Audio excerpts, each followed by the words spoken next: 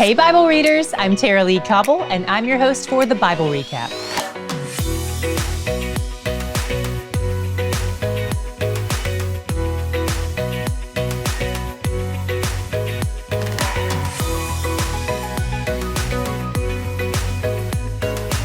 Today we see that for those who have been made clean, they bring an offering to God. It's an act of gratitude, but it's also more than that.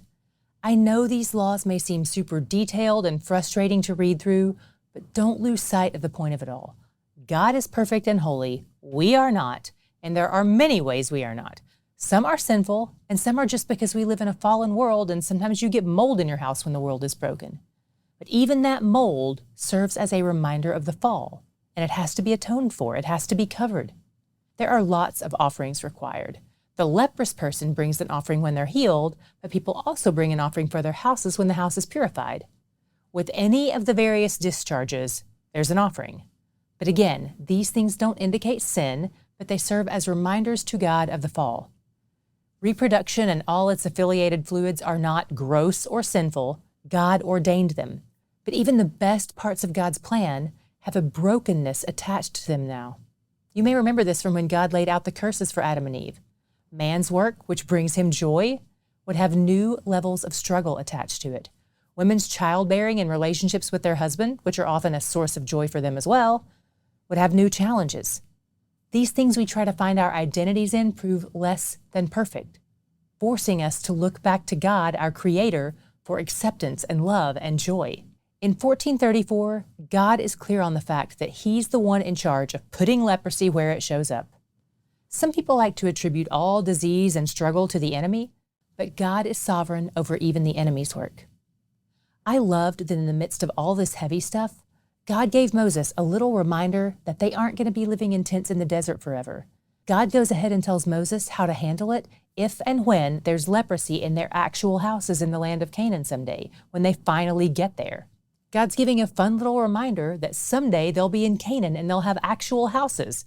Those houses might have mold, though, so even Canaan isn't perfect. It's kind of like if he said, "Don't forget, Tara Lee, when I make you a millionaire, you still have to pay taxes." Okay, no problem. So with all these sacrifices and offerings, I want to point out three important aspects at the heart of it all. First, it's about giving something that costs you: an animal, food, oil. Second, sacrifice is about the element of substitution. Something else is covering the debt for your sins. When ancient Jews performed these sacrifices, they were essentially saying that the things being done to this animal are what they actually deserve themselves. Third, sacrifice is about drawing near. The heart of these sacrificial offerings is to be able to draw near to God. Because remember, He has them do these sacrifices at the entrance to His temple courts, not out in the middle of nowhere, far away from His manifest presence. What was your God shot today? This one literally brought me to tears, and to be honest, I never expected that kind of response in this particular passage. But I'm learning not to doubt how God works to reveal Himself to me in even the most unlikely passages. In 14:3-4, we see the leprous man getting healed, going to be cleansed. Those who are healed must then be cleansed. This points to a picture of justification and sanctification. If you're unfamiliar with those words, let me explain them briefly. Justification is when God, the judge, declares us righteous, even though we're sinners, because of what Christ did on our behalf. Justification is a judicial term, a legal standing. Sanctification, on the other hand, is the process of God cleaning us up to make us look more like Him. It's a relational act where He purifies us, and it's a lifelong process. Those who are healed are then cleansed. Those who are justified are then sanctified. And do you know what else caught my attention in 14:3-4? Let me read it to you. If the case of leprous disease is healed in the leprous person, the priest shall command them to take for him who is to be cleansed 2 live birds and cedar wood and scarlet yarn and hyssop. The part I found odd here is the part that says, the priest shall command them to take for him who is to be cleansed. Who is the priest commanding to do this, to get the necessary components for the sacrifice?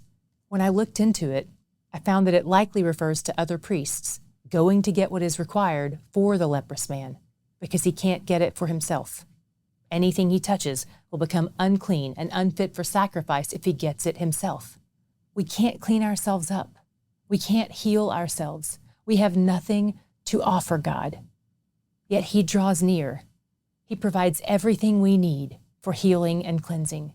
Even for those who can get their own animals for the sacrifice, who do you think gave them those animals? I'm blown away in the midst of Leviticus and laws about skin disease at what a great, generous God we serve.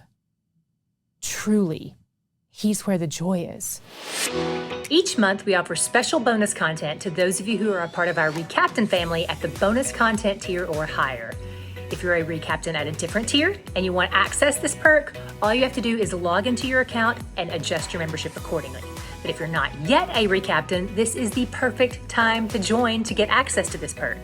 Check out today's description box for a link so you don't miss out on this, or click the RECAPtains link on our website, thebiblerecap.com.